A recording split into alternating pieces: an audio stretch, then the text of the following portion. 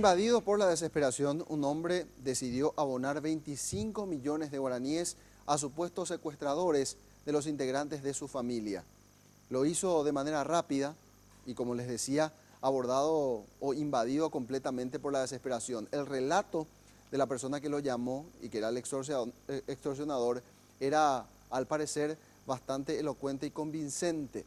Resultó ser un interno del penal de Tacumbú, de acuerdo a la investigación que hicieron efectivos policiales que lograron llegar hasta la celda de este reo. Mauricio Durán tiene todos los detalles. Te escuchamos, Mauricio, adelante.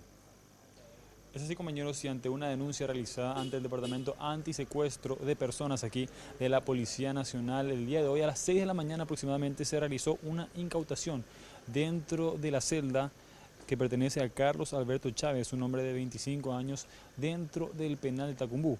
Este hombre habría sido el responsable de realizar llamadas extorsivas a un hombre diciéndole que tanto sus hijos como su señora se encontraban secuestrados.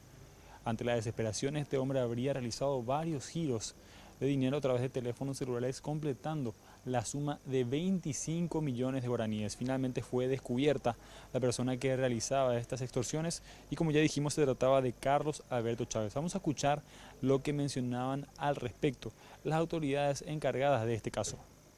Nosotros ya teníamos la hipótesis de quién sería el supuesto autor del hecho y efectivamente el día de la fecha procedimos al allanamiento y también a la incautación de las evidencias que pueden demostrar justamente la presunta autoría de esta persona, los cuales ya se encuentran en este momento en poder de la Fiscalía. Son estos aparatos celulares, entre los cuales también hay anotaciones varias de presuntas víctimas, por lo cual también solicitamos a la ciudadanía que pueda acercarse al Departamento Antisecuestros para poder formular denuncias con relación a hechos de extorsión.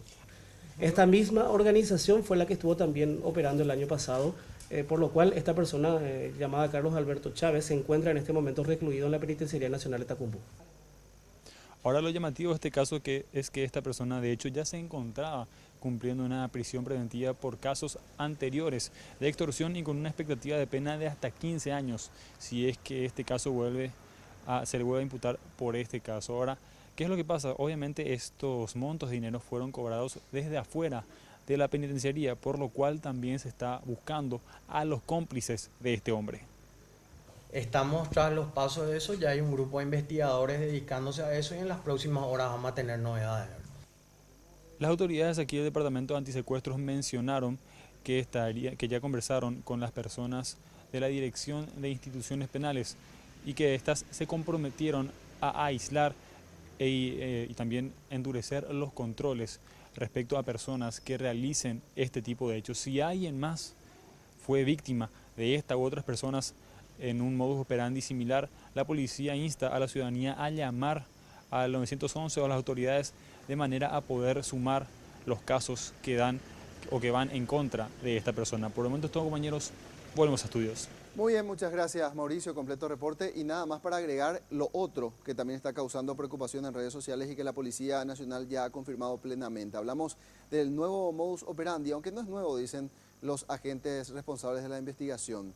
Extorsionadores o estafadores que se hacen pasar por funcionarios bancarios manejan información básica y posteriormente, con un lenguaje persuasivo, obtienen datos adicionales y, entre comillas, confidenciales de los clientes de determinadas entidades bancarias o financieras, y de ese modo se apropian del dinero que esta persona puede tener en una caja de ahorro, en una cuenta corriente, o directamente acceden a créditos que posteriormente termina pagando la persona que fue estafada. La recomendación básica: no dar ningún dato confidencial a alguna persona que llama a hacer ese tipo de petición.